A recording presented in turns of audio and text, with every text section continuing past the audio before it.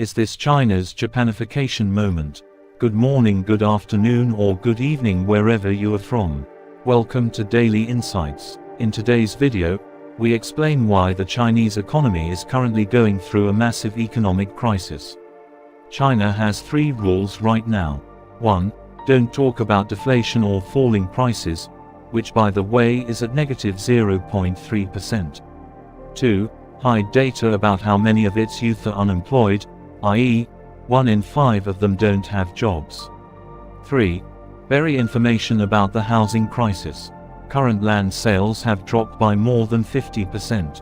Yeah, the big red economic machine is stuttering and sputtering, and the government does not want people to know how bad things are.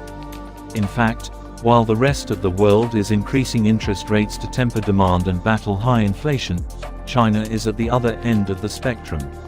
They're opting for emergency rate cuts to prop up the flailing economy. So, what on earth is going on? How did the country get into this mess? Well, understanding China is always hard.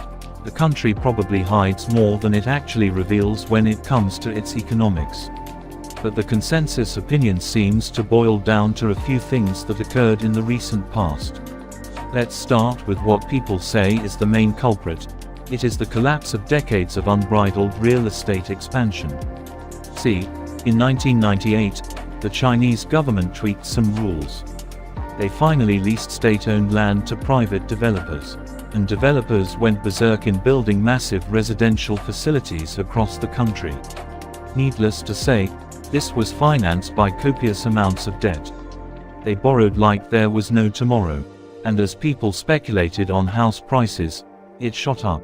At one point, real estate prices tallied up to more than 50 times the average national income. Then the government stepped in a few years ago. It cut off the debt tap, and that precipitated a collapse.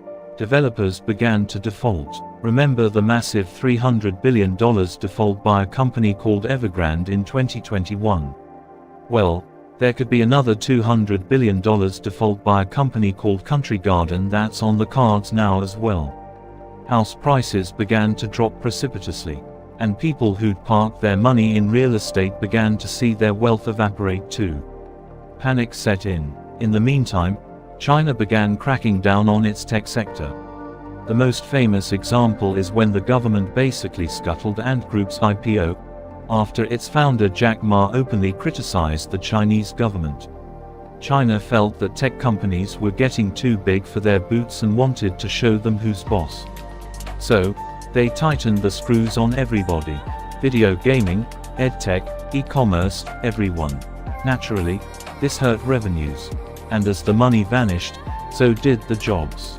Tech startups slashed tens of thousands of jobs, thus leading to all the youth unemployment. And of course, there was China's zero-COVID strategy, which strangled the economy. See, even at the end of 2022, China was the only country in the world that was relying on lockdowns, isolation, and mass testing. Every time a case popped up, the country went into overdrive and shut everything down, like schools, offices, parks, everything. Imagine what that would have done to the economic growth. Companies had to keep stopping and restarting operations. No one knew what would come next or when it would all end. So instead of a recovery shaping up, the Chinese public developed a fear of the unknown. So even after the lockdowns were finally lifted earlier this year, none of that revenge spending came to the fore. They kept the money in their bank accounts, and deposits have reached a record 133.1 trillion yuan. That's why the government is doing everything in its power to prop things up now. It wants people to spend. Again, it's slashing interest rates to improve sentiment. It has even dropped the "housing is for living in, not for speculation" mantra from official documents. Basically, it wants people to speculate on housing again. The industry makes up nearly 30% of its GDP, after all. But here's the big worry. None of these efforts might bear fruit, and that's because economists think that this is a balance sheet recession. What's that, you ask? Okay. Imagine that companies and people borrowed heavily for many years to splurge on all their whims and fancies. Their balance sheet is loaded with this debt. But then, the bubble bursts, in this case it is the real estate. And prices of their assets fall. That's when people finally realize that their balance sheet is in terrible shape. Their asset side has fallen in value, but their liabilities side or the loans still have to be repaid. So, they hunker down and start repaying what they can.